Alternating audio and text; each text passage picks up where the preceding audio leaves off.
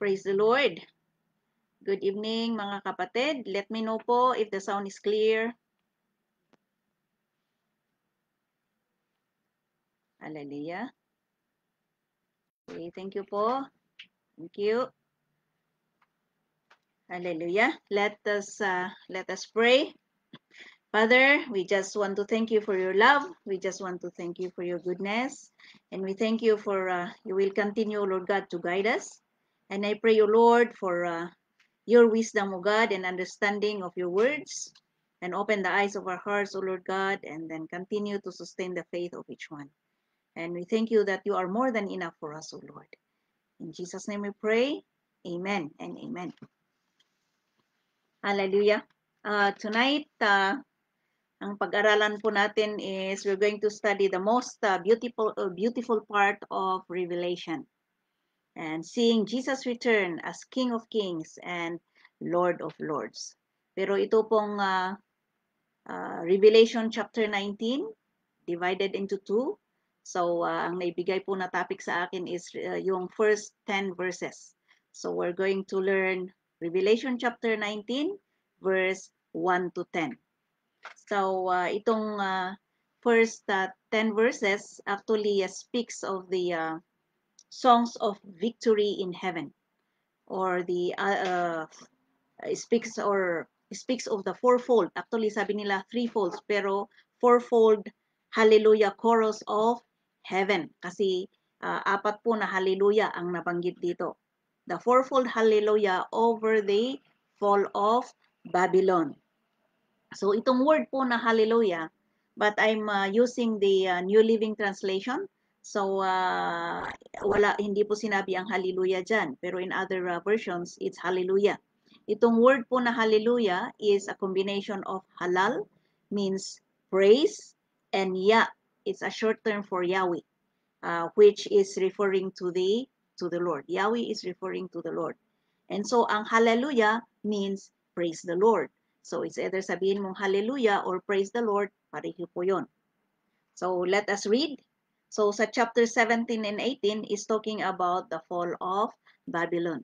Tinuro po ni Pastor Rachel ang chapter 18 kagabi. So we are now on chapter 19.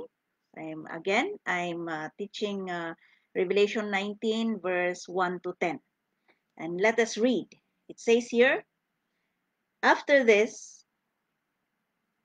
I heard what sounded like a vast crowd in heaven shouting. Si James, ang author po ng John the Beloved, ang author ng Book of Revelation. So sabi niya, I heard what sounded like a vast crowd in heaven shouting.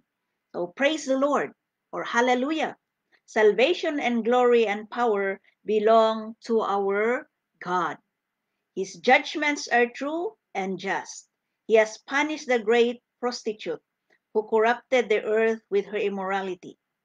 He has avenged the murder of his servants. And again their voices rang out, praise the Lord. The smoke from that city ascends forever and ever. So why are they praising God in heaven? Okay? Because God has shown his judgment, sabi dito, and he has dealt with that great prostitute. So itong great prostitute po that corrupted many nations, who corrupted many people, and God has finally avenged the blood of the many saints and servants and prophets, of course, who are killed because of their faith. And they knew that Jesus is going to come back to earth, and so they are saying, praise the Lord. Okay, so the saints po, or the angels, and the four living beings in heaven are all shouting, praise the Lord, or hallelujah. At dito po, we can see that the Lord's judgment are proclaimed as true and righteous. Okay? And in verse 4, then the 24 elders and the four living beings fell down and worshiped God, who was sitting on the throne. They cried out, Amen, praise the Lord. So this is a picture of all the host of heaven worshiping the Lord. So if you notice, what all heaven is saying is Amen, Hallelujah, or Praise the Lord. So, or let your will be done. Ganun po ang sinasabi nila. So, the will of God, ang will po ng Panginoon, it may be difficult, but the will of God is the best. I believe you agree with me. It is difficult, but you know what? I'm telling you that if we bow down to the will of God, if you bow down to the will of God, you are the happiest person on earth, kahit na wala kang pera. And verse 5, and from the throne came a voice that said, so from the throne, the voice came from the throne. So since this comes from the throne where the Lord is seated, then it is most likely the Lord Jesus Christ himself. Nasabi niya, praise our God, all his servants, all who fear him, from the least to the greatest. And in verse 6, then I heard again what sounded like the shout of a vast crowd, or the roar of mighty ocean waves, or the crash of loud thunder. Praise the Lord, for the Lord our God, the Almighty reigns. So makita nyo, maingay talaga sa langit. Okay? And the shout of a vast crowd, sabi dito, or voice of great multitude, the roar of mighty ocean waves, or the crush of loud thunder. So closing with the fourth and final praise the Lord or hallelujah of the New Testament and extolling his power. So it is time of great rejoicing. They are really rejoicing greatly because the time of the Lord's marriage to the church has come. So what all eternity, this is what we are waiting for. The marriage, the Lord's marriage to the church has come, sabi dito. And what all eternity has waited for. And I am excited about this. I don't know about you. I hope you are excited too. So sa verse 7, let us be glad, sabi nila. Let us be glad and rejoice. And let us give honor to him, for the time has come for the wedding feast of the Lamb, and his bride has prepared herself. So the bride is finally ready. So are we ready? Okay? So ito yung mga reasons why they are saying praise the Lord or why they are saying hallelujah. Sa nabasa nating first 7 verses is they are saying praise the Lord or they saying hallelujah because God is showing trueness and faithfulness. Ganun po ang Panginoon natin. He is true and He is faithful. Okay? And they are also saying hallelujah or praise the Lord because he finally poured out his wrath and his judgment. He has avenged the blood of all his servants. Okay? He has dealt with Babylon the Great. And another praise the Lord is because the wedding of the Lamb is at hand. Kaya sabi ko po, ito ang pinaka-exciting po na part ng Revelation. Okay? The most beautiful part because of the wedding of the Lamb is, it is at hand. So this is what we are waiting for. Yeah? It's hallelujah that is actually dedicated to the wedding of the Lamb. They are praising God. And who is the Lamb? The Lamb is, of course, the Lord Jesus Christ. Okay? The bridegroom is the Lord Jesus Christ. And who is the bride? Tayo po ang bride, the church. Okay? The saints that were saved, that were part, of course, if you have been part of the first resurrection or the rapture. So, this means na yung nabasa natin, tapos na. The real church of Jesus Christ the real church of the Lord Jesus Christ is made up of the saints would already be there in heaven. Nasa langit na po. They would not be down here on earth suffering during those last years of the Antichrist. Kaya sa verse 7 again we read, let us be glad and rejoice and let us give honor to him, for the time has come for the wedding feast of the Lamb, and his bride has prepared herself.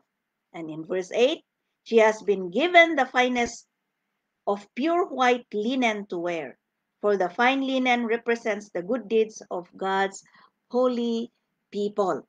So, fine linen, itong fine linen po, it stands for the righteousness acts of the saints. That means, while we are down here on earth, then we are supposed to be getting ready, for the coming of the Lord to take us so that we can be part of the wedding of the Lamb. So are you excited? Waiting for our bridegroom, Jesus Christ? So how do we get ready? Of course, by living righteous and holy lives, so that we will have the right to the fine linen, bright and clean, that we can wear during the wedding. Okay? Kaya ang wedding gown ay dapat white. Okay?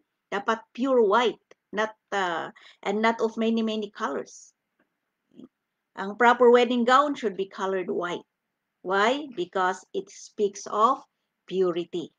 Okay? Do you want to be part of this? I believe so. Amen? And in verse 9, and the angel said to me, write this, blessed are those who are invited to the wedding feast of the Lamb. Blessed are those who are invited to the wedding feast of the Lamb. And he added, these are true words that come from God. But we'll go back to that later on. Then I fell down at his feet to worship him. But he said, no, don't worship me. I am a servant of God, just like you and your brothers and sisters who testify about their faith in Jesus. Worship only God, for the essence of prophecy is to give a clear witness for Jesus. So doon sa verse 10, two things po ang makikita natin dito. We are to worship God. We are not to worship angels. We are not to worship human beings. We are not to worship yung mga celebrities and saints. We are not to worship the saints. Worship God. Worship Jesus. Okay? And another one that we can see there, your testimony is not about yourself. Yung mga testimony po natin is not about ourselves, is not about our church, or is not about anyone else. It should lift up the name of Jesus. So if we testify, it should lift up the name of Jesus. Yun po ang tunay na testimony. At saka every prophecy too is related to the testimony of the Lord Jesus Christ. But anyway, ang concentration po natin, read again verse 9, sabi doon, is blessed are those who are invited to the wedding feast of the Lamb. Okay? And I'll bring you back as a supporting verse po dito is in Matthew chapter 22 verse 1 to 13 or 14. Let's go there because it's related in this chapter, especially in this verse 9, Revelation 19 verse 9. We go there about the parable of the wedding feast. Dito is in chapter 22. Let's read in here about the parable of the wedding feast. It says here, Jesus also told them other parables dahil marami pong ibang parables na sinabi ni Jesus sa kanyang mga disciples. And this is one of them. Sabi niya, he said, the kingdom of heaven can be illustrated by the story of a king who prepared a great wedding feast for his son. So think about it. Okay? The kingdom of God is likened to a wedding feast. Hindi lang ordinary na feast ito, but a royal wedding feast. So itong king wants to honor his son. So he sets out a lavish feast o kaya ay bongga na feast to celebrate the marriage of his son. And in verse 3, when the banquet was ready, he sent his servants to notify those who were invited, but they all refused to come. So if I'm invited, kung ako po ay in-invite ng presidenta natin dyan sa Pilipinas for his child's marriage, I would go. Okay? Because meaning to say, ako po ay importante sa kanya kasi ako po ay in-invite. It's an honor to be there. It's a privilege to be there. So, however, ang mga taong to, they all refuse to come. Sa verse 4, so he sent other servants to tell them, the feast has been prepared. Okay? The bulls and fattened cattle have been killed, and everything is ready. Come to the banquet. So, well, perhaps, siguro, sabi ng king, maybe they did not hear the invitation properly. Kaya po, siya po ay nag-send ng other servants to tell them that the feast has been prepared. Okay? So, The king may be saying that, oh, that's almost saying that, hey, don't you want to come, ha? I would like to show you yung mga niluto ko, or I would like to show you the menu. Kasi nga, siguro hindi nila naintindihan or they didn't hear properly the invitation. Kaya maybe she's saying that, come on, because I prepared a beef steak, I fried chicken, mga prime ribs, lahat na ng mga sasarap na pagkain. Kaya sabi niya, come to the wedding. Okay? And everything is ready. Come to the wedding feast. At the Bible says that they paid no attention. Okay? So sa verse 5, but the guests he had invited ignored them and went their own way. One to his farm, another to his business. So as if na they heard a wonderful invitation. Come to the joy. Sabi ng invitation. To the feast. The king is saying, come to the joy. Come to the feast. To the celebration of my son's wedding. And they say, I can't be bothered. Or I can't be bothered with that. Nothing to do with me. So you see, it's that's being rude, or that is foolishness. But they are not just being rude, because if you read at verse 6, they paid no attention and they were rude and they were foolish. And verse 6, mas malala pa, kasi others seized his messengers and insulted them and killed them. Talagang unreasonable yan ang kanilang ginawa. Okay? That is really wicked. So these servants are merely, yung mga servants na to, servants ng king, are just merely inviting them to a joyful occasion. Okay, but instead of honoring the king's invite, ano ang ginawa nila? They can't be bothered. And some even treated the servants shamefully as a kind of insult to the king, and then killed the servants. It was bold rebellion. Kita mong talagang it was bold rebellion against the king. And so itong king, talagang nagalit siya. Okay. As we continue to read in verse 7, the king was furious. The king was angry. And he sent out his army to destroy the murderers and burn their town. And he said to his servants, the wedding feast is ready, and the guests I invited aren't worthy of honor. Now go out to the street corners and invite everyone you see. So the servants brought in everyone they could find, good and bad alike, and the banquet hall was filled with guests. So this actually, they were not originally part of the guest lists.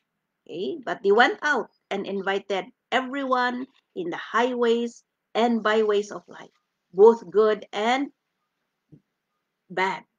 So, kaya po, ang wedding hall was filled with guests. Okay? So, itong parable po na to, this is meant to teach you and me about the kingdom of God. It means to teach us spiritual lessons.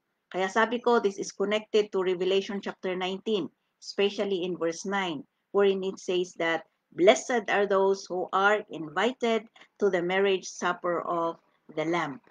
So, itong invitations, okay, invitations to the wedding supper of the Lamb are being sent out ever since. But the very important people who were invited to this wedding banquet had many, many excuses. Marami pong mga excuses. So, sabi nila, don't bother with me.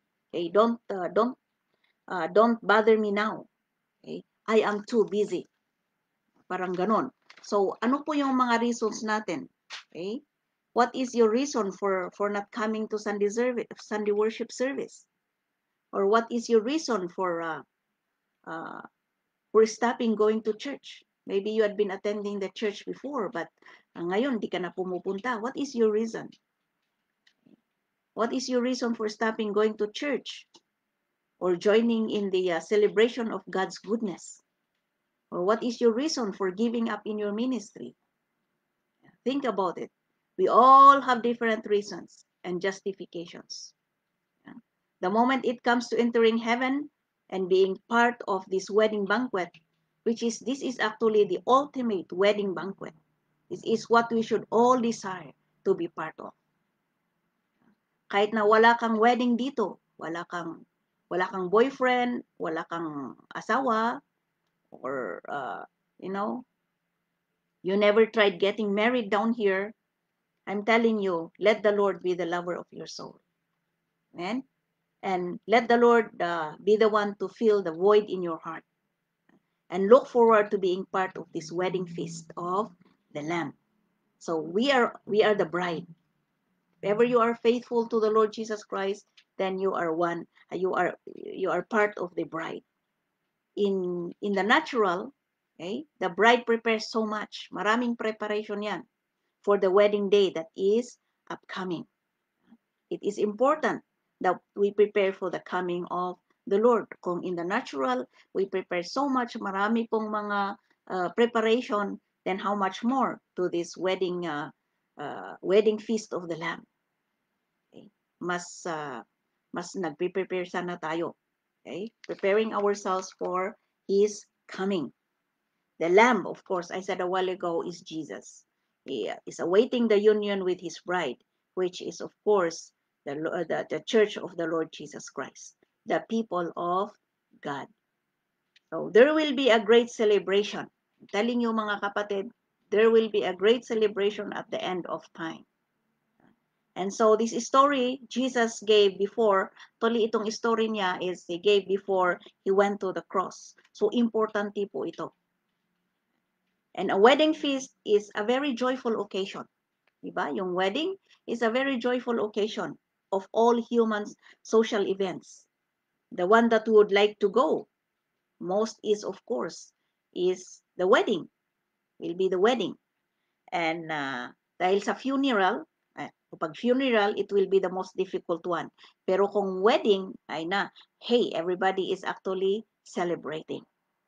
Yeah, it's a very joyful, especially for a royal wedding. It's very joyful occasion. Okay?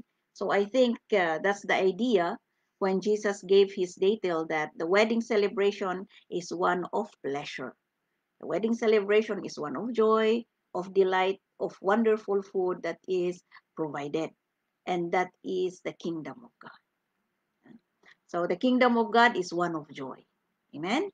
So kaya sabi ni Paul, even in Romans chapter 14 verse 17, it's not about food and drinks. Actually, uh, this celebration is not all about food and drinks. It's actually deeper. Okay? It's deeper, and it's about righteousness, it's about peace, it's about joy. Okay? Kasi ang joy po is found in the kingdom of God. Do you know that? Kasi marami po sa atin, many of us are finding or looking to find joy in the kingdom of this world. Hindi po natin yan mahahanap. Okay? Maybe some of us are looking to have joy in our job, or looking joy for in your relationships, or you're looking for joy in some possessions, or you're looking for joy in some bank account, in your bank account, na marami kayong pera doon. But itong Biblia po, the Bible tells us that joy is found in the kingdom of God. Amen? So wala pong relationship will ultimately give you ultimate joy. No relationship, no boyfriend or no girlfriend, no husband, no wife will ultimately give you ultimate joy. Kahit po na you have a good marriage. Correct? Yes. So we are made for greater things. Tayo po, we are made for greater things. We are not made just for money. We are not made just for a house or a car or for a person. No, we are made for God, and we are made by God. And so I believe that we have a huge longing in our heart that only God can fill. And you will never really, really be happy until you know God and until you are part of the kingdom of God. Because the kingdom of God is actually, that's the one that will actually satisfy us, that will give us real joy. Amen? So, itong Savior natin na si Kristo came to bring joy. But many people, including those who say they are Christians, think that Christianity is a killjoy, na parang it's boring. Well, of course, pag hindi ka nakafocus sa Panginoon, okay, then this Jesus didn't become real to you, then of course Christianity is boring. But I'm telling you, mga kapatid, it is time to be serious. Don't just go to church. Sabihin mo lang, yes, every Sunday. Don't just go to church on a Sunday. Come to this wedding feast. Meaning to say, let us be committed. Amen? Maybe physically, nandyan ka sa simbahan. Maybe kahit sa prayer meeting. Okay? But your mind is somewhere else. Iba ang iniisip mo. Or you're sleeping because pagod ka sa trabaho. Or you're looking at your cell phone while the message is going on. Or you go to church but you don't care if you are late. Then you are not committed if you're doing that. Kasi sa trabaho, takot ka naman na late. But kung sa church, it seems that it's okay for you to go there na late ka. It's same thing in the kingdom of God na kailangan po na tayo po ay maging seryoso. If we are serious in sa trabaho natin, then kasi we are afraid na tayo po ay ma-fire out, then it's the same thing in the kingdom of God. Yeah? So going back to the story, those who are invited to the wedding feast paid no attention. Okay? They're too busy with their farm. They're too busy with their business. They will not come. Dahil nga, busy sila. Okay? Worse still, there are people who would kill God's messengers. Okay? This really happened during the time of the Lord Jesus Christ. If you look at Matthew chapter 23:37, Matthew 23:37,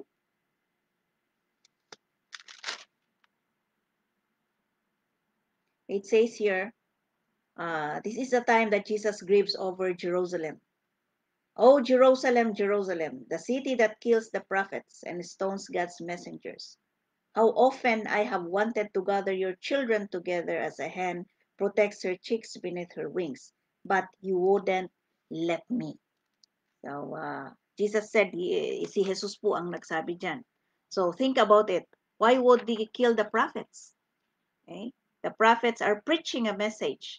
Sila po ay they're preaching the message that so that the sinners will come back to know the Lord or will come back to God. But they would not appreciate it. Okay? They killed them. Okay lang sana na they did not appreciate yung invitation, but worse pa, they killed God's messengers. So ito yung, it's talking about Israel actually. Israel, they actually rejected the Messiah. Si Jesus reject nila until now. You could just imagine they are passing a bill that anyone who preaches about Jesus will be put in prison. Imagine that. So we have to pray for Israel. Amen. And they will not listen. And many also who call themselves Christians do not listen. And the reason why they will not listen is, and the reason why they will not listen, the reason why Jesus came to his own people, pero they did not listen to him. They did not receive him actually. It's a matter of the heart. The reason is because they love the darkness rather than the light, because their works are evil. Yun po ang one of the scariest realities is you hear God's word and will not be willing to obey, not willing to follow Christ. And why are there so dito? Because not many, marami pong, if we read verse 14 in here, there are only few who are chosen. Why does the Bible say that? Na kukunti lang po ang napili. Because not many want to pay the price also. Okay? Jesus also says in Matthew chapter 7, 13 to 14. Let's go there. Matthew chapter 7, 13 to 14. This is about the narrow gate. You can enter God's kingdom only through the narrow gate. The highway to hell is broad and its gate is wide for the many who choose that way. But the gateway to life is very narrow and the road is difficult and only a few ever find it. Okay? So the reason why there are so few who chooses is because it is hard that we have to give up everything. Okay? To give up everything in this world. Marami po, you do not want to give up your job, you don't want to give up kung sino yung mahal mo dyan na kahit hindi niya mahal si Jesus. Okay? Gwapo nga, pero unbeliever naman. It is hard to give up our own will. Okay? It is hard to give up yung mga desires natin or our feelings, our ideas, and our own thoughts. Okay? So we do this in order to be completely obedient to the leading of the Master. If you're not willing to give up whatever is holding you to follow the Lord Jesus Christ, then you cannot really enter the narrow gate. You cannot be part of this wedding feast of the Lamb. So in order for us to be part of this wedding feast, then you can't hold a little back of the word. No. It is supposed to be 100% obedience po to the Lord Jesus Christ. Okay? So, don't be foolish. Wag po tayong maging foolish. Don't make a bad deal in our lives. Okay? So, these people killed the servants. Yeah? Verse 7. So the king was furious, and he sent out his army to destroy the murderers and burn their town. So Jerusalem will be destroyed. Okay? Dahil ganito nga ang ginawa nila, they did not pay attention, they even killed the servant or the messenger, then Jerusalem will be destroyed. Or any po, kahit po sino or any individual, any nation, or any city that refused to believe in the Lord Jesus Christ will be destroyed. That's why we have to pray. Yung mga nations, we pray for our nation Philippines, and we pray for those people who do not believe in the Lord Jesus Christ. Especially if they are our loved ones, we don't want them to be destroyed. Okay? And because the wedding feast is ready, but those invited were not worthy. So, ang focus po, if we have read there in verse 8, and said to his servants, the wedding feast is ready, and the guests I invited aren't worthy of the honor. So, God's focus was originally on Israel. Okay, sila po ang una niyang pinili. But because they rejected God's word, God extended on an invitation to all of the world. We know that in John 3:16, for God so loved the world, okay, Jesus Christ died for everybody, okay, to the highways, and the byways of life. But of course, we know that today actually is worldwide. It's a worldwide faith. It's a worldwide faith. Anong sabi doon sa Acts chapter 1 verse 8? Acts chapter 1 verse 8. It's supposed to be our memory verse. Okay, but you will receive power when the Holy Spirit comes upon you, and you will be my witnesses, telling people about me everywhere, in Jerusalem, throughout Judea, in Samaria, and to the ends of the earth. Yun ang sabi doon. So it's worldwide faith po yun. Okay? And that's why the gospel is preached everywhere. Okay? And people of all tribes, all races, all languages are invited to the wedding feast. So the wedding, kaya sabi doon, the wedding hall was filled with guests. Okay? And so the servants brought in everyone they could find, good and bad alike, and the banquet hall was filled with guests. So, yun po, what a sight that would be. Ang heaven po will be a heavily populated place. There will be a lot of people. So, it will be fun in heaven. I just hope na it is my prayer. Yun po ang prayer ko that I will be there. Kahit po na I am preaching the word of God, but I have a lot of failures also. So that's why I need your prayer. Let us pray for one another so that all of us will be part of that wedding. Okay? And I really hope also, I'm praying also that I see my husband there and my two boys. And there are those who are, marami po, there are those who go to church, but they can't be found in heaven one day. Why? Because they heard the word, but they were not willing to obey. They were not willing to sacrifice. Nakakatakot po yun if we will be left behind. I hope that would not be true to any one of us here. Lahat po tayo na who are here today listening to this word, because it's really, really scary if we go to hell. So please don't reject the kingdom of God. Amen. Today you have you hear about this wedding feast, God's kingdom. You are given this invitation. Lahat po tayo are given this invitation long time ago. I pray po na may we humbly and repent and believe. Amen? So, all are invited. In other words, many are called to the wedding. Marami po, wedding feast. But meron po yung condition dito. Many are called, but there is a condition. There's only one thing na if we continue to read this.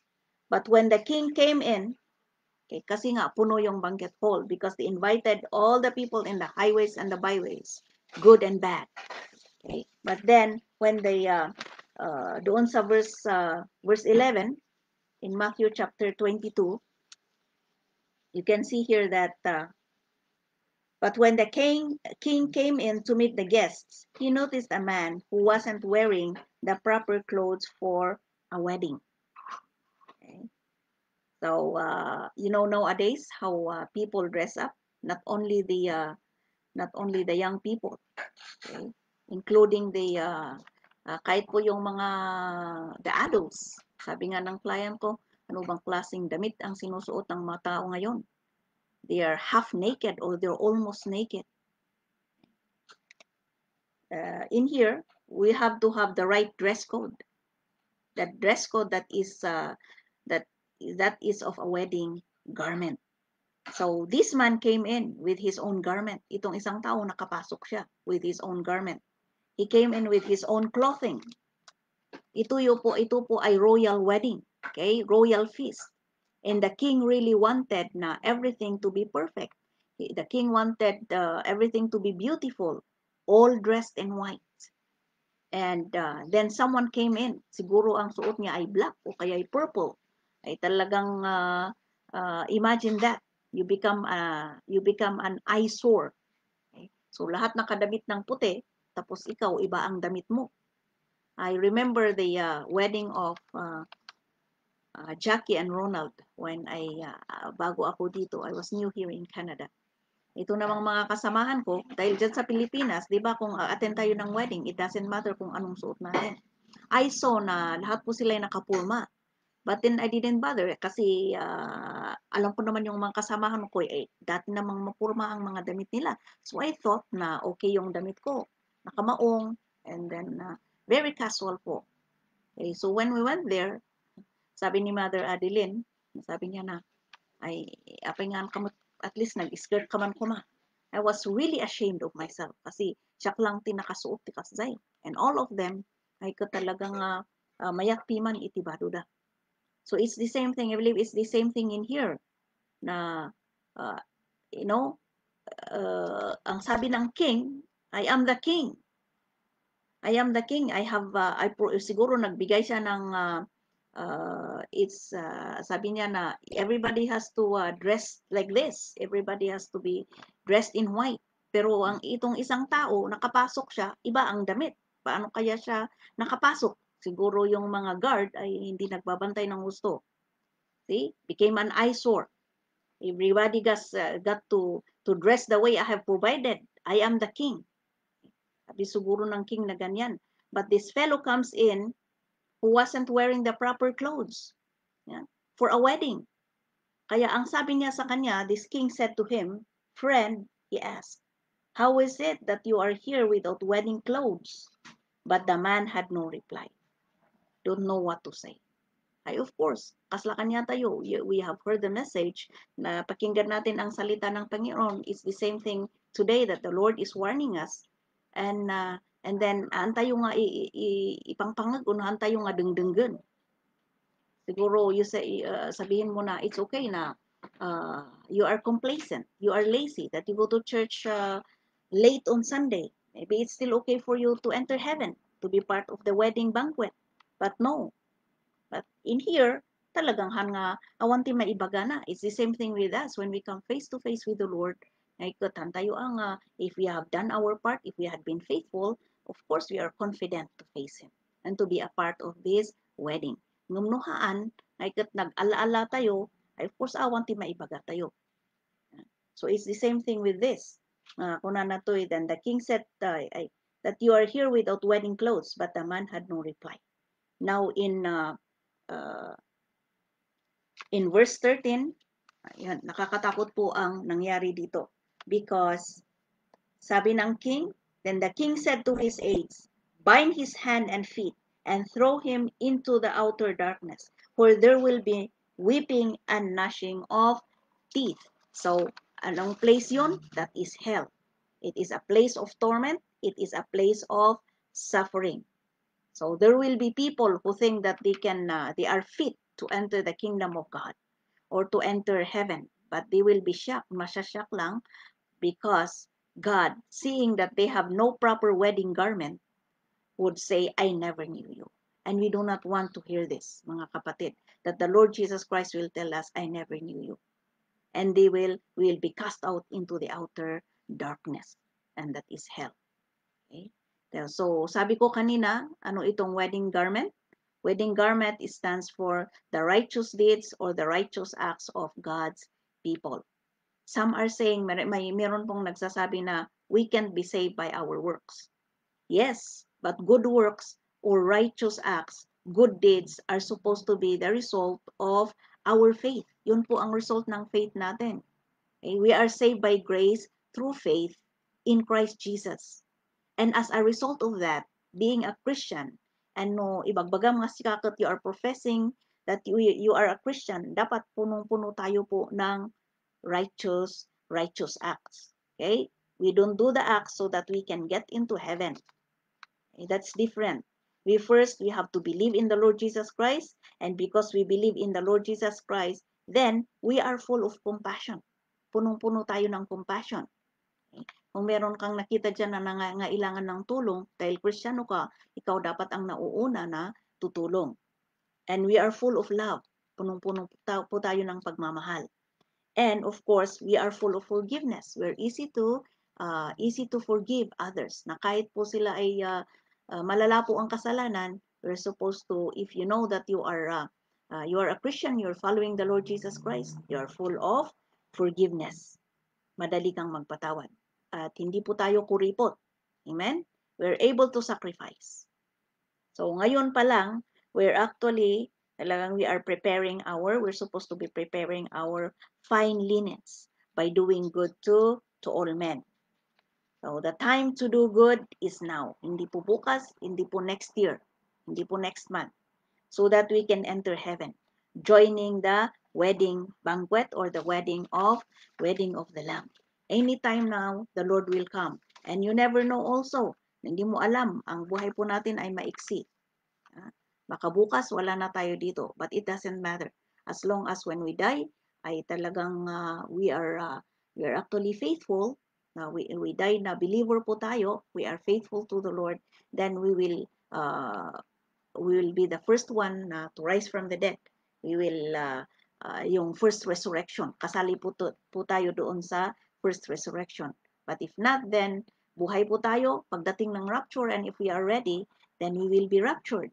And the Lord will, when you have been raptured and when you have been wedded to the Lamb, oh, what a glorious time. He will be coming down with, lahat po tayo, we will be coming down with Jesus, okay, riding on white horses, dressed in white, and we will defeat the enemy. That is actually in Revelation. Amen? So, I believe that lahat po tayo ay excited, or we are so excited waiting for our bridegroom, the Lord Jesus Christ. And we will have a wedding up there in heaven. Kasi mahirap po if you will not be raptured, or will not be you are not part of the first resurrection, ay maiiwan ka and you will suffer down here. Well, there is a second, we keep on telling this, there is a second chance for you to be saved, pero mahirap po yun dahil kasapulan nga talaga nga ag-ibto ka. But how do you know na makaibto ka? Ngayon pa lang, kunting narinig mo na nasabi sa'yo, you are being sensitive and you got hurt, and then it seems that you don't want to continue on, then how much more if you will be left behind? So our prayer is to make it to the wedding of the Lamb. Amen? Kaya doon sa uh, verse 14 of Matthew chapter 22, for many are called, but few are chosen. So we make sure that we are one of the chosen. Amen? So what do? We have to work hard. We have to continue serving the Lord and keeping on until the time of the bridegroom arriving, coming to claim his bride. Amen. So I hope you learned something from this. Revelation chapter 19 verse 1 to 1 to 10. Ang next po dyan is the second part will be discussed by Sister Odette tomorrow, and it's about the rider on the white horse. Hallelujah. God bless po. Let us pray.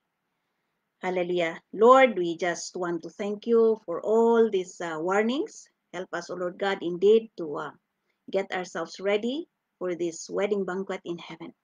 Continue to do your work, O Lord God, of molding us so that we will come up with the standard that you desire to see in each one of us, O Lord. Help us, O God, that even in our weakness, you pour out much more grace and strengthen, O Lord God, your people, O Lord, especially at this end time. We give you praise and we give you honor. In Jesus' name we pray. Amen. Bye.